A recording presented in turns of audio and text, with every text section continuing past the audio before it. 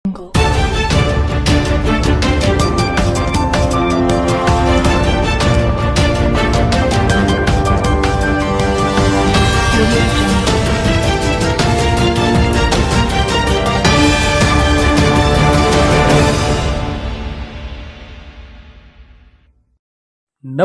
ವೀಕ್ಷಕರೇ, RD ನ್ಯೂಸ್ಗೆ ಸ್ವಾಗತ ಸುಸ್ವಾಗತ. ಜಮಖಂಡಿ ನಗರದ ತಾಲೂಕಾ ಆಡಳಿತ ಭವನದಲ್ಲಿ ಶ್ರೀ ಶ್ರೇಷ್ಠ ಸಂತ ಭಕ್ತ ಕನಕದಾಸರ 537ನೇ ಜಯಂತ್ಯೋತ್ಸವ ಭಾವಚಿತ್ರಕ್ಕೆ ಪೂಜೆ ಮಾಡುವ ಮುಖಾಂತರ ಆಚರಣೆ ಮಾಡಿದರು. ಇದೇ ಸಂದರ್ಭದಲ್ಲಿ ಉಪವಿಭಾಗಾಧಿಕಾರಿಗಳು ಶ್ರೀಮತಿ ಶ್ವೇತಾ ಬೀಡಿಕರ್, ಮಾಜಿ ಶಾಸಕರು ಆನಂದ್ ನ್ಯಾಮಗೌಡ್, ತಹಶೀಲ್ದಾರ್ ಸದಾಶಿವ್ ಮೊಕ್ಕೋಜಿ, ಮಾಜಿ ಶಾಸಕರು ಶ್ರೀ ಶ್ರೀಕಾಂತ್ ಕುಲಕರ್ಣಿ, ಉಮೇಶ್ ಮಹಾಬಾಳ್ ಶೆಟ್ಟಿ, ಮಾಜಿ ಭೂಸೇನಾ ನಿಗಮ ಮಂಡಳಿ ಅಧ್ಯಕ್ಷರಾದ ಶ್ರೀ ಶ್ರೀಶೈಲ್ ದಳವಾಯಿ, ಈಶ್ವರ್ ವಾಳೇನವರ್, ನಗರಸಭೆ ಸದಸ್ಯರು ಶ್ಯಾಮ್ ಘಾಟ್ಗೆ, ಮುತ್ತನ್ನ ಮೇತ್ರಿ, ಇನ್ನೂ ಹಲವು ಪದಾಧಿಕಾರಿಗಳು ಮತ್ತು ಮುಖಂಡರು ಉಪಸ್ಥಿತರಿದ್ದರು.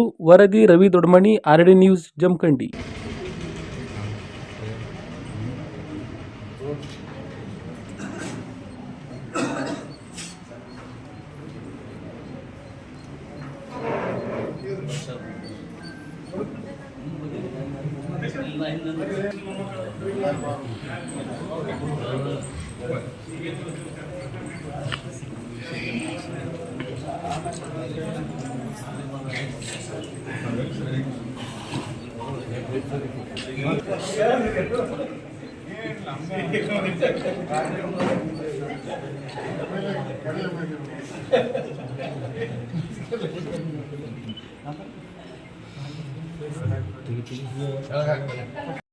ಕನಕದಾಸರ ಒಂದು ಜಯಂತಿಯನ್ನು ಆಚರಣೆ ಮಾಡ್ತಾ ಇದ್ದೀವಿ. ತಮಗೆಲ್ಲರಿಗೂ ಕೂಡ ಜಯಂತಿಯ ಶುಭಾಶಯಗಳನ್ನು ತಿಳಿಸಲಿಕ್ಕೆ ಬಯಸ್ತೀನಿ. ಭಾಳಷ್ಟು 750ಕ್ಕೂ ಹೆಚ್ಚು ಶ್ರೇಷ್ಠ ದಾಸರಲ್ಲಿ ಒಬ್ಬರಾಗಿರ್ತಕ್ಕಂಥವ್ರು ಕನಕದಾಸರು. ಅದರಲ್ಲಿ ಕೆಳಪಂಗಡದ ದಾಸರು ಅಂತೇಳಿ ಗುರುತಿಸಿಕೊಂಡವರು. ಕನಕದಾಸರು 15-16ನೇ ಶತಮಾನದಲ್ಲಿ ಈ ಜಾತಿ ವ್ಯವಸ್ಥೆಯಲ್ಲಿ ಸಾಕಷ್ಟು ಕಹಿ ಅನುಭವಗಳನ್ನು ಪಡ್ಕೊಂಡಿರ್ತಕ್ಕಂಥದ್ದು. ಸೊ ಅವತ್ತಿನ ದಿನಮಾನಗಳಲ್ಲಿ ಈ ಸಮಾಜದಲ್ಲಿ ಒಂದು ಸಮಾನತೆ ಬರಬೇಕು ಅನ್ನುವಂಥ ನಿಟ್ಟಿನಲ್ಲಿ ಹಲವಾರು ಕಾವ್ಯಗಳ ಮುಖಾಂತರ, ಕೀರ್ತನೆಗಳ ಮುಖಾಂತರ ಸಮಾಜವನ್ನು ತಿದ್ದುವಂಥ ಒಂದು ಪ್ರಯತ್ನವನ್ನು ಮಾಡಿರ್ತಕ್ಕಂಥದ್ದನ್ನು ನಾವು ಯಾರೂ ಕೂಡ ಮರೀಲಿಕ್ಕೆ ಸಾಧ್ಯ ಇಲ್ಲ. ಇವತ್ತು ಜಯಂತಿಯನ್ನು ನಾವು ಆಚರಣೆ ಮಾಡ್ತಾ ಇದ್ದೀವಪ್ಪ ಅಂತಂದ್ರೆ ಅವ್ರು ಕೊಟ್ಟಿರ್ತಕ್ಕಂಥ ಸಂದೇಶಗಳನ್ನು ನಮ್ಮ ನಿಜ ಜೀವನದಲ್ಲಿ ಅಳವಡಿಸ್ಕೊಳ್ಬೇಕು ಅನ್ನುವಂಥ ಒಂದು ಉದ್ದೇಶ ಇಟ್ಕೊಂಡು ಇವತ್ತು ನಾವು ಜಯಂತಿಯನ್ನು ಆಚರಣೆ ಮಾಡ್ತಾ ಇದ್ದೀವಿ.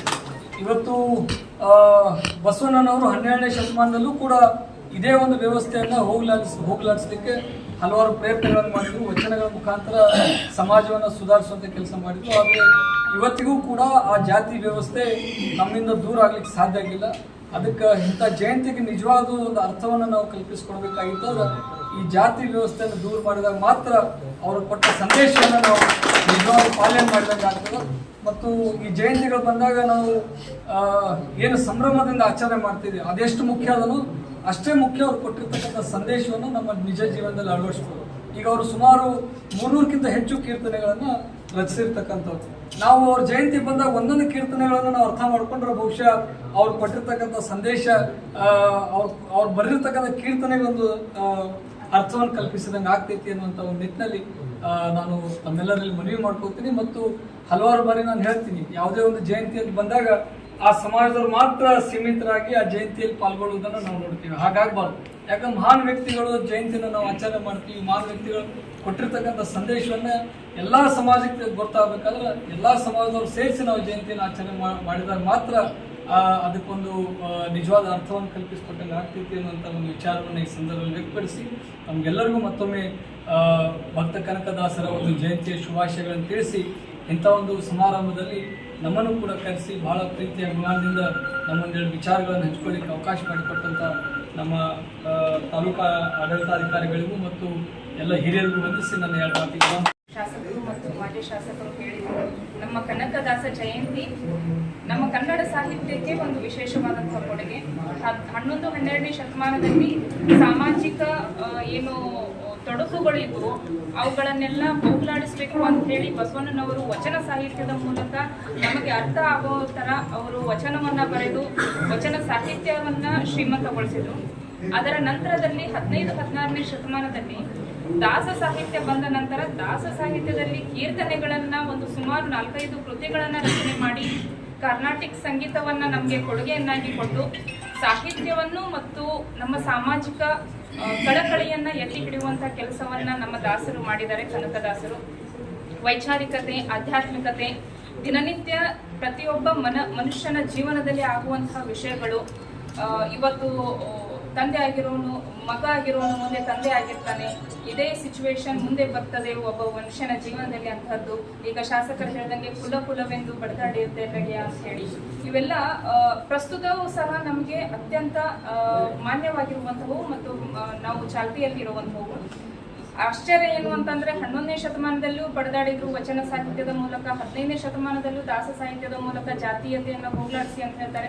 ಆದ್ರೆ ಪ್ರಸ್ತುತ ಸಹ ಎಲ್ಲೋ ಒಂದ್ ಕಡೆ ಅದು ನಮಗೆ ಕಾಣ್ತಾ ಇದೆ ಅಂತಂದ್ರೆ ಅದು ನಮ್ಮ ಮನಕುಲಕ್ಕೆ ಒಂದು ದುರಂತ. ಮಾಜಿ ಶಾಸಕರು ಹೇಳ್ದಂಗೆ ಈ ಎಲ್ಲಾ ಜಯಂತಿಗಳು ಯಶಸ್ವಿ ಆಗ್ಬೇಕು ಆಗಿತ್ತು ಅಂತಂದ್ರೆ ನಮ್ಮ ಮನುಕುಲ ಒಂದು ಸಮುದಾಯ, ಈ ಜಯಂತಿಗಳು ಮಾತ್ರ ಒಂದು ಸಮುದಾಯಕ್ಕೆ ಸೀಮಿತ ಆಗಿರದೆ ಎಲ್ಲರೂ ಸೇರಿ ಆಚರಣೆ ಮಾಡೋಣ. ಇವರ ಕೀರ್ತನೆಗಳು 15-16ನೇ ಶತಮಾನದಲ್ಲಿ ಬರೆದಿರುವಂತಹ 300ಕ್ಕಿಂತ ಹೆಚ್ಚಿರುವಂತಹ ಕೀರ್ತನೆಗಳನ್ನ ಇನ್ನೂ ಹೆಚ್ಚು ಶ್ರೀಮಂತಗೊಳಿಸೋಣ, ಇನ್ನೂ ಹೆಚ್ಚು ಪರಿಚಯ ಮಾಡೋಣ, ಮುಂದಿನ ಪೀಳಿಗೆಗೆ ಅವುಗಳನ್ನೆಲ್ಲ ಪರಿಚಯ ಮಾಡೋಣ. ಸರ್ಕಾರದ ಆದೇಶದಂತೆ ನಮ್ಮ ಜಮಖಂಡಿಯ ತಹಶೀಲ್ದಾರ್ ಕಚೇರಿಯಲ್ಲಿ ಶ್ರೀ ಭಕ್ತ ಕನಕದಾಸರ ಜಯಂತಿಯನ್ನ ಆಚರಣೆ ಮಾಡ್ತಾ ಇದ್ದೇವೆ. ಸೊ ಈ ಒಂದು ಆಚರಣೆಗೆ ಆಗಮಿಸಿದಂಥ ಮಾನ್ಯ ಉಪವಿಭಾಗಾಧಿಕಾರಿಗಳಿಗೆ ಸ್ವಾಗತವನ್ನು ಕೋರ್ತಾ, ಅದೇ ರೀತಿ ಈ ಸಮಾರಂಭದ ಅಧ್ಯಕ್ಷತೆಯನ್ನು ವಹಿಸಿದಂಥ ಮಾನ್ಯ ಶಾಸಕರು ಶ್ರೀ ಜಗದೀಶ್ ಗುಡುಗುಂಟಿ ಸಾಹೇಬರಿಗೂ ನಾನು ಸ್ವಾಗತವನ್ನು ಕೋರ್ತೇನೆ.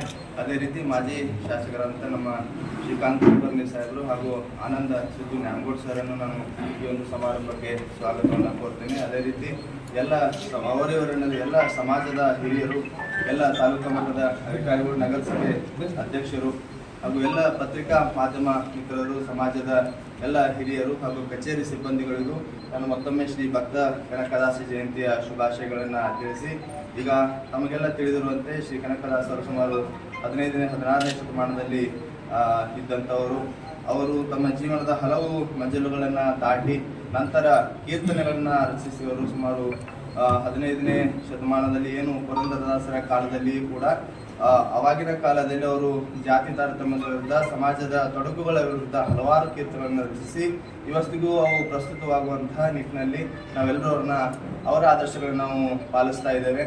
ಇವತ್ತಿನ ಈ ದಿನಮಾನಗಳಲ್ಲಿ, ರಾಜಕೀಯ ವಿದ್ಯಮಾನಗಳಲ್ಲಿ, ಇವತ್ತಿನ ಈ ಸಮಾಜದಲ್ಲಿ ನಾವೆಲ್ಲರೂ ಕೂಡ ಅವರ ಕೀರ್ತನೆಗಳ ಭಾವಗಳನ್ನು ನಾವು ನಮ್ಮ ಜೀವನದಲ್ಲಿ ಅಳವಡಿಸಿಕೊಂಡು ಎಲ್ಲರೂ ಸಮಾನರಾಗಿ ಏಕತೆಯಿಂದ ಅಣ್ಣ ತಮ್ಮಂದಿರ ಹಾಗೆ